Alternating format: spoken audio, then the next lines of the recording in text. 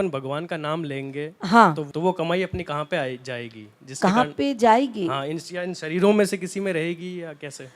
कमाई मीन्स आप जो भी सोच रहे हैं वो कारण शरीर में जा रहा है, लेकिन आपका जो आध्यात्मिक है वो कारण शरीर में भी जा रहा है, लेकिन वो गुरु भी नोट कर रहा है, ताकि जब हम मृत्यु काल में शरीर छोड़कर जाएंगे वो स्टोर भी रहेगा और भगवान सर्वव्यापक है, सर्वज्ञ है, उनके पास भी नोट रहेगा।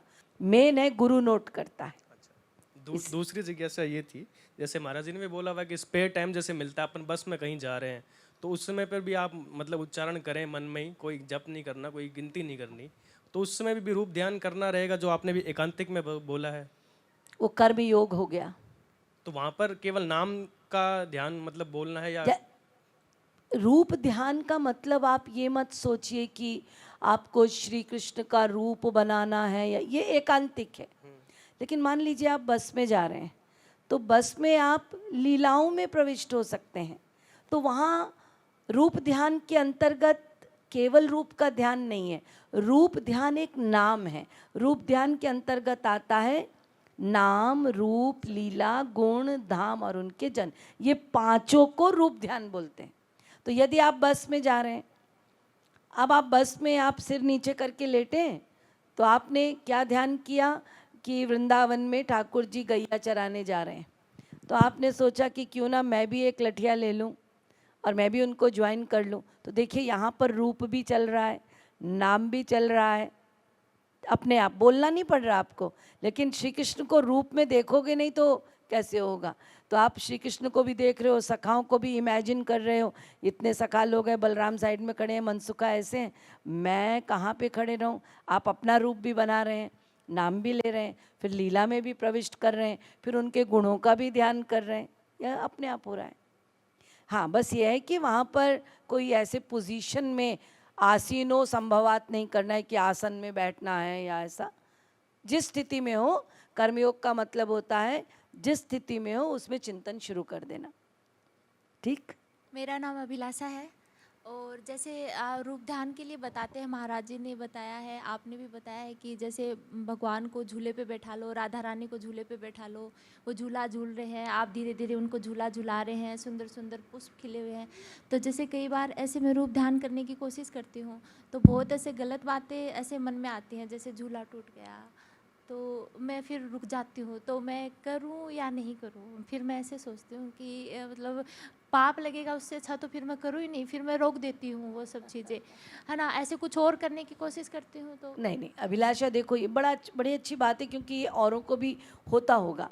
जैसे आप इन्होंने बताया कि मैं झूला झुला रही हूँ, राधा कृष्ण बैठे हैं, मैं झूला झुला रही हूँ, अचानक मेरे मन में आ गया कि झूला टूट जाए तो यहाँ पर आपको ये ध्यान देना है कि भगवान आपको बता रहे हैं आपके बारे में कि आप में आपका स्वभाव क्या है, कॉन्फिडेंस का अभाव, आपको फिर नेगेटिविटी, ठीक है, इसलिए उसी से रिलेटेड आप में वो भाव आ जाते हैं। अरे रिस्क नहीं है, मैं रिस्क ना लूँ भैया, सेफ जोन। तो ये सारी जो हमारे एक हमारा नेचर है, जो उस नेचर के हिसाब से आपके रूप ध्यान में वो भाव आ जाएगा। तो मान लीजिए आता है, कोई बात नहीं, वो हमारा नेचर है, हमें आ गया कि अरे मैं इतने सुंदर से ज़ोर से झूला झुला रही हूँ और कहीं रस्सी टूट गई तो ठाकुर जी किशोरी जी गिर जाएंगे। तो वहाँ पर आपको ये भाव बनाना है कि आपको ये सोचना है कि यदि रस्सी टूटेगी तो मेरे कन्हैया वो सर्वज्ञ हैं। दूसरा, लीला के अनुसार मेरे कन्हैया को पता चल जाएगा रस्सी टूटने वाली है, वो पहले किशोरी जी को प्रोटेक्ट कर लेंगे। दूसरा, जब उनको पता चल जाएगा रस्सी टूटने वाली है, या तो उसको पुनः बांध देंगे या झूले से उतर जाएंगे, तो ये घटना घटेगी नहीं। तीसरा, यदि मेरे ठाकुर को कोई नई लीला करनी है तो इसलिए उन्होंने मेरे मन में भी डाला है कि रस्सी टूटेगी, तो लगता है रस्सी टूटने के बाद जब दोनों गिरेंगे तो एक नई लीला होगी, वो इसको चिढ़ाएंगे, वो उसको चिढ़ाएगा कि गिर गए।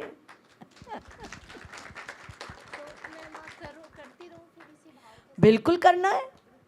हाँ, क्योंकि जब आप ये करेंगे तभी ये जो नेचर है वो ठीक होगा।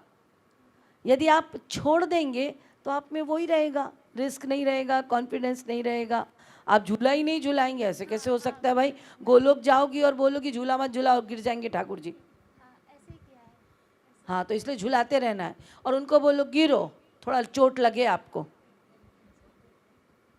अरे वो अपने हैं, गिरेंगे तो अच्छा है ना, थोड़ा दिखेंगे। गलत भाव आते हैं तो हाँ, कहाँ से गलत भाव है? राधा रानी रोएगी मैं गिर गई तो ठाकुर जी उनको झाड़ेंगे थोड़ा, कहाँ लगी, मेरा लहंगा खराब हो गया। आप लीला को जहाँ ले जाओ, तो यदि आपके मन में वो यही डाल रहे हैं कि हम गिरेंगे, तो ठीक है गिरो, तुम्हारी रस्सी मैं गूंथूंगी और क्या। ये तो ऐसा कुछ नहीं है, ये सब हमारे, क्योंकि हम रूप ध्यान में क्या करते हैं, that is a type of imagination and visualisation. तो उस इमेजिनेशन में हम इमेजिन कर रहे हैं, तो इमेजिन करने वाला हमारा मन है, तो हमारे मन के जो विकार और ये सब हैं वही तो हमारे इमेजिनेशन में आएंगे। तो इसीलिए उसमें आपको जान लेना है कि मुझे इन पर काम करना है। यदि मेरे अंदर ये टूटने वाली बात आती है तो ये मेरे विकार है, तो इस पर मैं काम करूं कि टूटेगा ही क्यों, मैं इतना पक्का बांधूंगी, लोहे का बांधूंगी, कैसे टूटेगा देखती हूँ। सोचती है ना, तो बस ठीक है, और क्या। तू तो सॉल्यूशन भी सोचती है। अरे पाप वाप कुछ नहीं होता बाबा, पाप भक्ति से कोसों दूर है।